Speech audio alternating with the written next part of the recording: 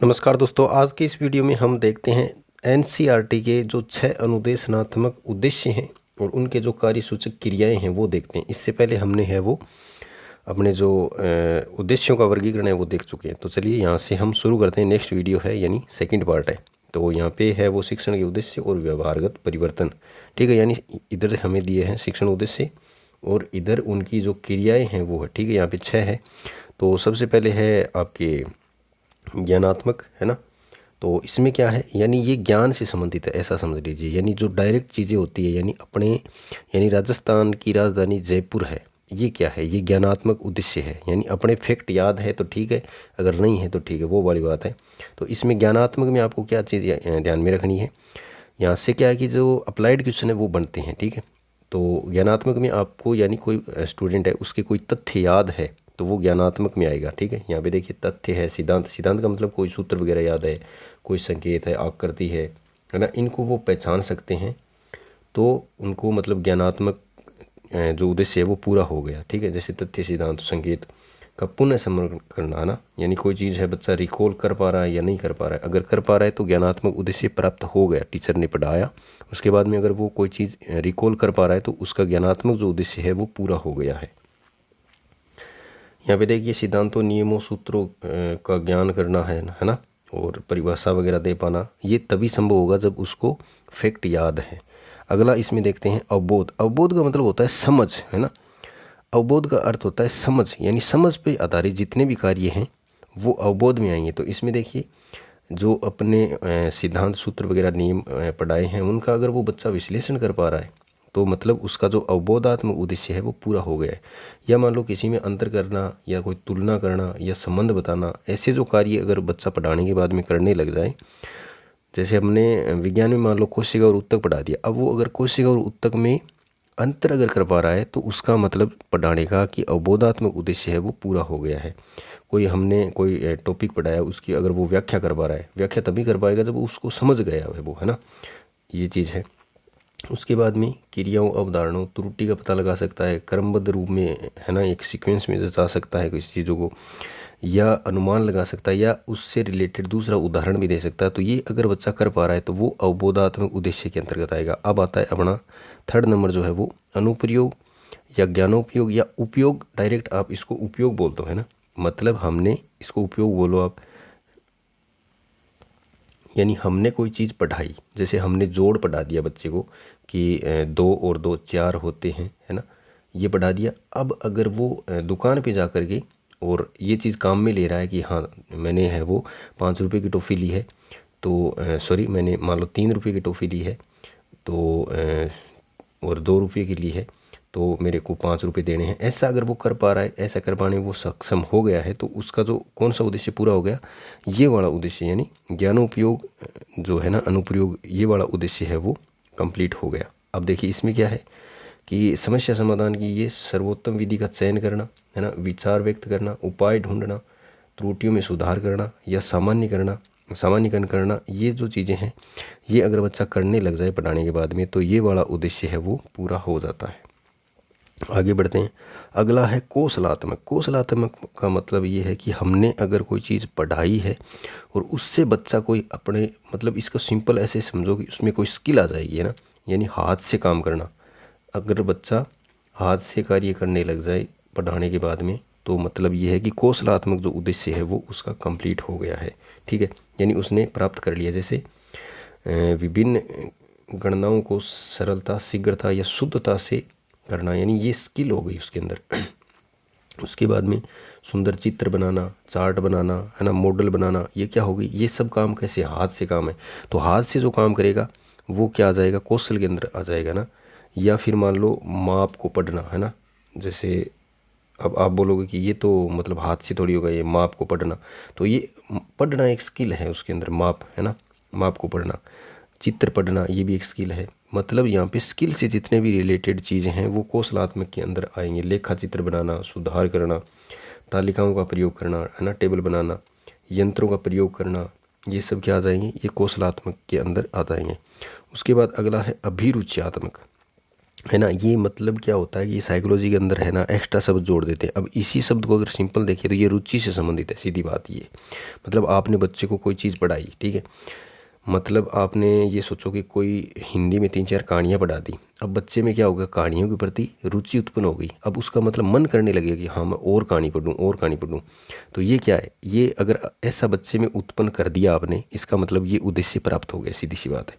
तो इसमें क्या है कि विषय विशेषज्ञों, विचार को, लेखकों, जीवनियों को पढ़ना, यानी उसकी अब क्यों पढ़ने लग गया ऐसा, मतलब वो ऐसा क्यों, मतलब और सिंपल वे में देखें तो मतलब आपने बच्चे को है वो कुछ ऐसी राजस्थानी फिल्में दिखाना शुरू कर दी, मतलब ठीक है 4-5 फिल्म दिखाई। अब क्या है, कभी ने इंटरेस्ट आवा लगी, यानी भी की रुचि बन गई। अब वो मत ही मतलब भी जी करे लगी कि मैं और देखूँ और देखूँ। जैसे ऐसा होता है ना कि अपन बोलते हैं कि यार या वेब सीरीज़ देख दूँ, तो 2-3 एपिसोड देखने के बाद में बिन इंटरेस्ट आने लग जाए, फिर वो बिन कहने की जरूरत को नहीं, वो मत ही देखने लग जाए, यानी वो अपने आप फिर क्या होगा, रुचि बन गई उसकी। तो यही चीज़ इसके अंदर है। तो ये चीज़ें आप समझ गए होंगे। अब देखिए, विषय अध्यापक विद्यार्थियों के मध्य मधुर संबंध बनते हैं। मधुर संबंध ऐसे बनते हैं कि क्योंकि वो जो टीचर है वो फिर बढ़िया लगने लग जाए कि हाँ गुरुजी बहुत बढ़िया है। विषय की समस्याओं से संबंधित अधिक से अधिक प्रश्न पूछना, है ना, विषय में रुचि होगी। अब वो बच्चों है ना वो झिझक दूर होगी, प्रश्न पूछने लगे, यानी वो बहुत ज़्यादा प्रश्न पूछेगा उसमें, है ना। उसके बाद क्या है कि पुस्तकालय में जाकर, और पुस्तकालय या वाचनालय की चीज़ें जाकर पुस्तकें पढ़ना। क्यों पढ़ने लग गया, क्योंकि रुचि उत्पन्न हो गया। अब भी जी कर लगे यार मैं और पुस्तक पढ़ूँ और पुस्तक पढ़ूँ। तो ये अभिरुचियात्मक उद्देश्य है पूरा हो गया। अगर ऐसा कर रहे हैं तब हो गया। मान लो ऐसा बच्चे नहीं कर रहे, मान लो आपने 10-12 कहानियाँ पढ़ा दी, फिर भी बच्चा है मतलब बाको को नहीं जी करे यार कहानी तो कौन पढ़ना, ठीक है बात कर से, ठीक है, या गेम खेल से, चोर पुलिस खेल से। इनको मतलब क्या है कि अभिरुचियात्मक जो उद्देश्य है, मान लो मैं हिंदी का ले रहा हूँ क्योंकि ये चीज़ें सभी सब्जेक्ट के लिए हैं। विज्ञान में ले लो, सामाजिक विज्ञान में ले लो, इंग्लिश में ले लो, कोई भी सब्जेक्ट है, ये हमने कॉमन जो चीज़ें हैं वो देख रहे हैं पहले, फिर एक एक सब्जेक्ट की देखेंगे तो बहुत आसान हो जाएगा। तो अब उनमें अगर ऐसा कर रहे हैं बच्चे कि भाई लाइब्रेरी में जाके पढ़ रहे हैं, या बच्चे उनसे पहेलियाँ वगैरह पूछ रहे हैं, खुद बना रहे हैं पहेलियाँ, है ना, क्लब में जाके क्रियाओं में रुचि ले रहे हैं, या उनसे संबंधित वो चित्र बना रहे हैं, ना, एल्बम बना रहे हैं, तो ऐसा अगर वो कर रहे हैं तब तो ये उद्देश्य पूरा हो गया। और ऐसा अगर वो नहीं कर रहे हैं, वो अपने मतलब काम में लगे हुए, इसका मतलब ये उद्देश्य पूरा नहीं हुआ। अगला आता है आपका अभिवर्त्यात्मक। अभिवर्त्यात्मक का मतलब ये है कि एप्टीट्यूड बोल दो, इसका मतलब ये है कि बच्चे का दृष्टिकोण बदल गया उस चीज़ के प्रति। जैसे मतलब अपने ये मानो कि 5वीं तक कोई बच्चा है, उसने गणित पढ़ी और एक टीचर ऐसा था जो बहुत अलग तरीके से गणित पढ़ाता था। उसकी मतलब गणित पढ़ाई हुई है वो अच्छे से समझ में नहीं आती थी स्टूडेंट को, ठीक है। ये मान लो ए टीचर है, इसने बच्चों को 5वीं क्लास तक है वो गणित पढ़ाई। अब जो भी बच्चे हैं वो 6ठी क्लास में जाएंगे तो उनको गणित है वो नहीं समझ में आया, मतलब आ रही नहीं थी, यानी ये टीचर की गलती थी कि भाई टीचर है वो अच्छे से नहीं पढ़ा रहा था। अब उनका दृष्टिकोण ये बन गया कि यार गणित तो हार्ड है, अपन तो कदे आवा ही को नहीं, है ना। तो वो 6ठी में भी ऐसे ही रहेंगे। लेकिन 6ठी में ये टीचर है जो ए वाला टीचर, ये हट गया मान लो। अब जैसे डीपीसी हो रही है तो मान लो ये इसका प्रमोशन हो गया, ठीक है, और अगला कोई बी टीचर आ गया। अब ये टीचर है मतलब बहुत ज़्यादा इंटरेस्टिंग तरीके से बच्चों को पढ़ा रहा है। अब इनको लगने लग गया कि यार गणित तो मज़ेदार चीज़ है ना। अब क्या होगा कि इनका जो अभिवर्त्यात्मक जो उद्देश्य है, यानी इनकी अभिवर्ती बदल गई, इनका दृष्टिकोण बदल गया। दृष्टिकोण बदलते ये क्या करेंगे, फिर ये मतलब क्या है कि पढ़ने लग जाएंगे इस चीज़ को। तो ये चीज़ यही करना चाहता है, ठीक है। विषय में के प्रति सकारात्मक, यानी वो पॉजिटिव हो गया कि हाँ यार हमें भी आ सकती है। तो वो आशावादी दृष्टिकोण होना, व्यवस्थित तरीके से करने की आदत डालना, है ना, ये चीज़ें हैं। यानी उनका नज़रिया बदल देना कोई चीज़ के प्रति। अगर वो ऐसा हो गया तो ये उद्देश्य प्राप्त हो गया, और ऐसा नहीं हुआ तो ये नहीं हुआ, ठीक है। अब यहाँ पे थोड़ा सा मैं आपको शॉर्ट में बता देता हूँ कि कौन से में क्या चीज़ें आएगी, क्योंकि ऐसा क्वेश्चन आता है अप्लाइड क्वेश्चन। ज्ञानात्मक में क्या आएगा, दिमाग से जो चीज़ें काम में ले रही है, यानी जो फैक्ट वगैरह याद है वो चीज़ें। अवबोध में क्या है, समझ आधारित जो कार्य करेंगे वो। अनुप्रयोग में क्या होगा, ज्ञान का उपयोग करना, है ना, सीखे ज्ञान का उपयोग करना यहाँ पे। कौशलात्मक क्या होगा, कोई चीज़ बनाना सीखना, यानी स्किल आ जाएगा इसमें। उसके बाद में अभिरुचि, रुचि याद रखो आप। तो इसमें क्या है, किसी में रुचि लेना, है ना, और अभिवर्त्यात्मक यानी दृष्टिकोण बदल देना। तो इसकी यहाँ पे एक ट्रिक भी है, देख लो मैंने बना रखी है कि अभिरुचि कौशल सीखने में प्रयोग करना वो ज्ञान है, यानी अभिरुचि कौशल सीखने में प्रयोग करना वो ज्ञान है। कौन सा है वो ज्ञान, कौशल भी एक ज्ञान है। तो ऐसे आप याद करना, अभिवर्ती, रुचि, अभिरुचियात्मक, कौशलात्मक, प्रयोगात्मक, बोधात्मक और ज्ञानात्मक, ठीक है। ये चीज़ें हो गई। आगे बढ़ते हैं। अब आता है कि उद्देश्यों का जो है वो RCEM वर्गीकरण, यानी ये भारतीय वर्गीकरण है और ये डॉक्टर दवे दवे द्वारा है वो प्रस्तुत किया गया है। इसकी अगर फुल फॉर्म तो नहीं पूछेंगे, फिर भी देख लेते हैं कि regional college of education Mysore, ठीक है। इसने क्या किया, इसने ये किया कि जो ब्लूम की टेक्सोनोमी थी उसमें केवल और केवल ज्ञानात्मक जो पक्ष था, है ना, जिसमें अपने चरण थे ना, उनको क्या किया इसने ज्ञानात्मक में उद्देश्यों के संशोधन कर दिया और उसमें कुल 4 उद्देश्य निर्धारित किए और 17 कार्य सूचक क्रियाएं हैं वो निर्धारित कर दी। अब देखिए कौन कौन सी है ये, एक मिनट, हाँ, ये है आपका ब्लूम का, जिसमें था ज्ञान, है ना। जैसे संज्ञान से हमने इसको समझा था कि कोई आदमी है वो मतलब संज्ञा बन गया, उसकी शादी हो गई तो उसको ज्ञान हो गया, अब वो समझने लग गया, वो एप्लीकेशन को डिलीट कर दिया ना, मैंने ऐसे बोला था ना आपको। फिर विश्लेषण करने लग गया, संश्लेषण और मूल्यांकन, ये सारी चीज़ें। अब इन्होंने क्या किया कि 3 चीज़ें तो सेम रखी भाई, ठीक है, लेकिन इन तीनों को मिला दिया इसने, है ना, विश्लेषण, संश्लेषण, मूल्यांकन, और इसका बना दिया सृजनात्मक। बस ये सिंपल सी चीज़ें हैं, ये अगर आपको याद है तो हो जाएगा काम आपका, कि ये 3 तो सेम रखनी है और ये ऊपर वाला मिला के और इसमें सृजनात्मकता यानी क्रिएटिविटी है वो डाल दी इसने। आगे बढ़ते हैं। RCM संशोधन द्वारा ब्लूम के संज्ञानात्मक पक्ष के विश्लेषण, संश्लेषण, ये चीज़ वहाँ पे मतलब वही डायग्राम यहाँ पे लिखा हुआ है, ठीक है, तो इसको मैं नहीं पढ़ूँगा। अब देखिए, अब यहाँ पे कि ज्ञानात्मक उद्देश्य के अंतर्गत 2 क्रियाएं इन्होंने बताई, मानसिक क्रियाएं बताई हैं, अवबोध के अंदर 7 बताई हैं, अनुप्रयोग में 5 और सृजनात्मक के अंदर 3। इसको कैसे याद करना है थोड़ा सा मैं आपको है वो मदद करूँगा यहाँ पे। हाँ, यहाँ पे देखिए, तो ज्ञान में देखिए, ज्ञान में 2 शब्द है ना, एक मिनट, हाँ, ज्ञान में 2 शब्द है तो इसमें 2 है, और ये ज्ञान का मतलब है दिमाग की चीज़, मतलब दिमाग से संबंधित है। तो एक तो प्रत्यास्मरण का मतलब रिकॉल करना, और प्रत्याभिज्ञान यानी डायरेक्ट ज्ञान होना, ये चीज़ें हैं। और अवबोध, अवबोध का मतलब होता है समझ, और समझ आदमी में कब आ जाती है, जब वो 7 फेरे ले लेता है ना, तब उसमें समझ आ जाती है। तो इसमें क्या है, संबंध, अंतर, उदाहरण, वर्गीकरण, व्याख्या, पुष्टि और सामान्यकरण, ठीक है। तो 7 फेरे कब लेगा आदमी, 7 फेरा तभी लेगा जब उसका संबंध होगा, है ना, 7 फेरा तभी लेगा जब संबंध होगा। अब संबंध हो गया तो इसका मतलब अब उस आदमी में कुछ तो अंतर है ना, क्योंकि वो अंतर हो गया ना, उसका औरों से अंतर हो गया क्योंकि उसका संबंध हो गया, और वो एक अलग उदाहरण बन गया, है ना, वो अलग वर्गीकरण में आ गया, है ना। जो एक तो मतलब सारे बच्चे ऐसे हैं कि मतलब ऐसे ही फिर रहे, कुंवारे हैं सारे, लेकिन उसका तो मतलब संबंध हो गया, तो उसका अंतर हुआ कि नहीं हुआ, है ना, कि भाई इसकी शादी हो जाएगी, ये तो अलग उदाहरण में गिना जाएगा, है ना, ये अलग वर्ग में आ गया, है ना। और ये चीज़ें व्याख्या करके बताने की भी जरूरत नहीं है ना, और इसकी पुष्टि है वो कर ही देगा खुद, और ये सामान्य प्रक्रिया है। ऐसे अब थोड़ा सा इसको लिंक कर लेना, ये याद हो जाएगा। उसके बाद में है अनुप्रयोग, इसमें है 5। अनुप्रयोग को अगर हम इंग्लिश में देखें तो ये एप्लीकेशन होता है वैसे, और एप्लीकेशन कोई भी एप्लीकेशन होती है ना, उसको जब हम फ़ोन में, जैसे मान लो ये एक अपने एप्लीकेशन है, मान लो व्हाट्सएप है, इसको जब आप पंच करोगे ना, ऐसा मतलब ऐसे पंच करना मतलब ऐसे दबाना, है ना, ऐसे दबाना, तब ये ओपन हो जाती है बनी। तो पंच का मतलब यहाँ पे वैसे वो वाला संस्कृत वाला पंच ले लो आप, पंच करना, और इंग्लिश में वो पंच कर दो दबाने वाला, तो पंच से 5 याद कर लेना, है ना, मैंने तो ऐसे याद कर रखा है। तो पंच इसमें क्या है, तर्क करना, परिकल्पना बनाना, परिकल्पना का परीक्षण, निष्कर्ष प्राप्ति और भविष्य का कथन। अब देखिए इसको कैसे याद करेंगे भाई, ये सारे हमें याद रह जाए लगभग। तो मान लो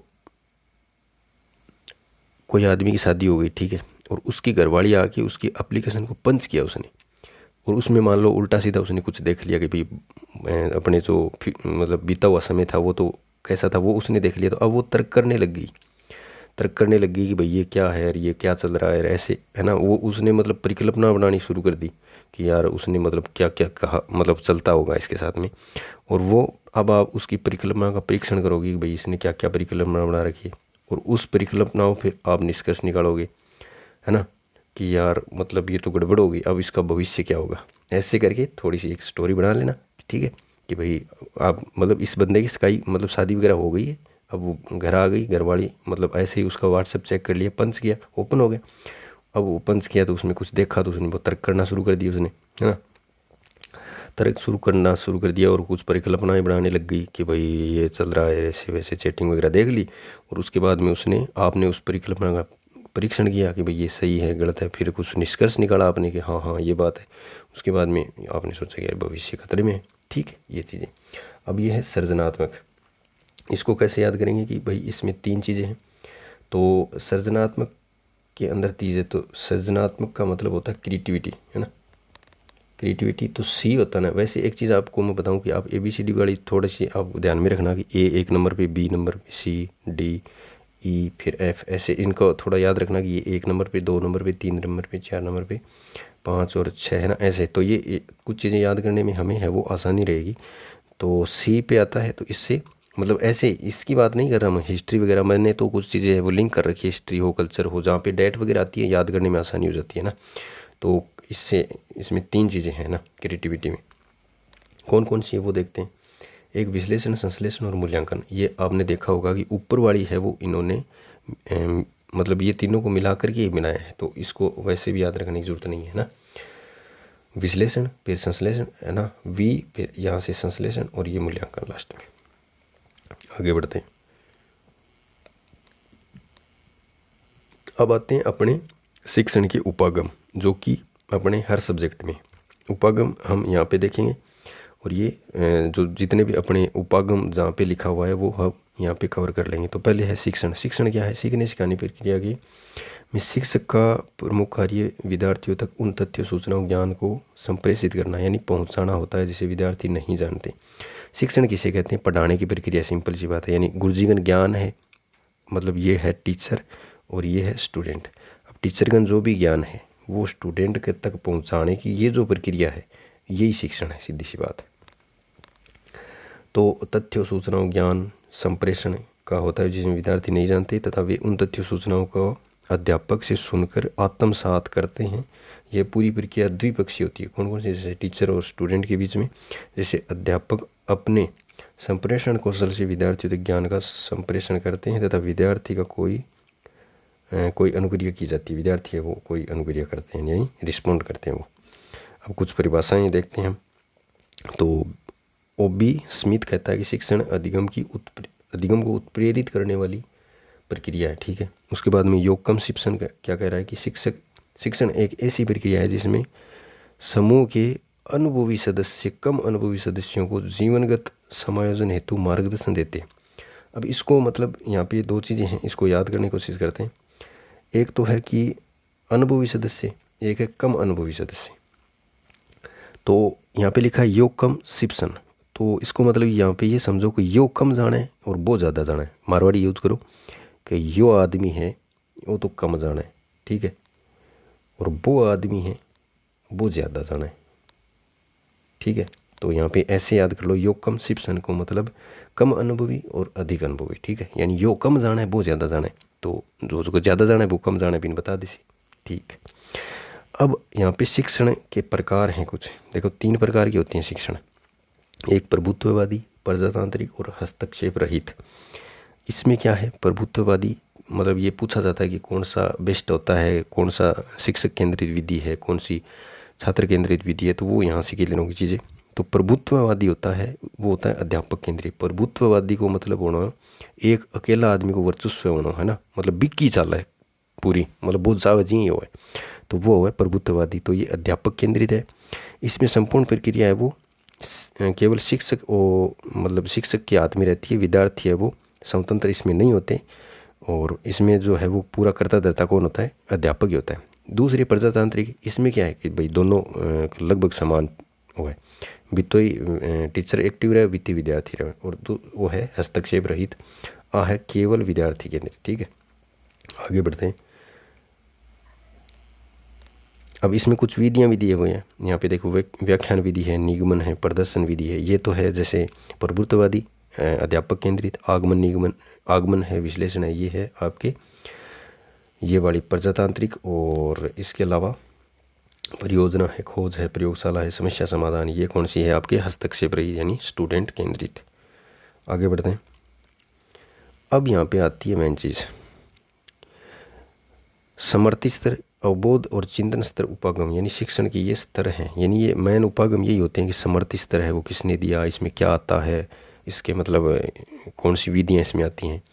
तो ये तीन हैं, एक तो स्मृति है, अवबोध है और चिंतन है। इसको हम कोशिश करेंगे कि ये पूरा अपने लगभग है वो याद हो। तो इसको एक सेपरेट अलग क्लास लेंगे, ये क्लास है वो 20 मिनट की हो गई है। अब हम है जो ये, अब टेंशन मत लो, ये मैं पूरा आपको है वो याद करवा दूंगा, है ना। तो स्मृति स्तर और अवबोध स्तर और चिंतन स्तर ये अगले क्लास में देखेंगे। तो तब तक के लिए धन्यवाद। वीडियो मुझे लग रहा है कि आप है वो कमेंट वगैरह नहीं कर रहे, बहुत कम लोग देख रहे हैं। तो जितने लोग देखते हो उतने तो कम से कम कमेंट तो किया करो कि हाँ भाई क्या है, कुछ सुधार की ज़रूरत है या नहीं है। तो मिलते हैं नई वीडियो में, तब तक के लिए धन्यवाद। जय हिंद।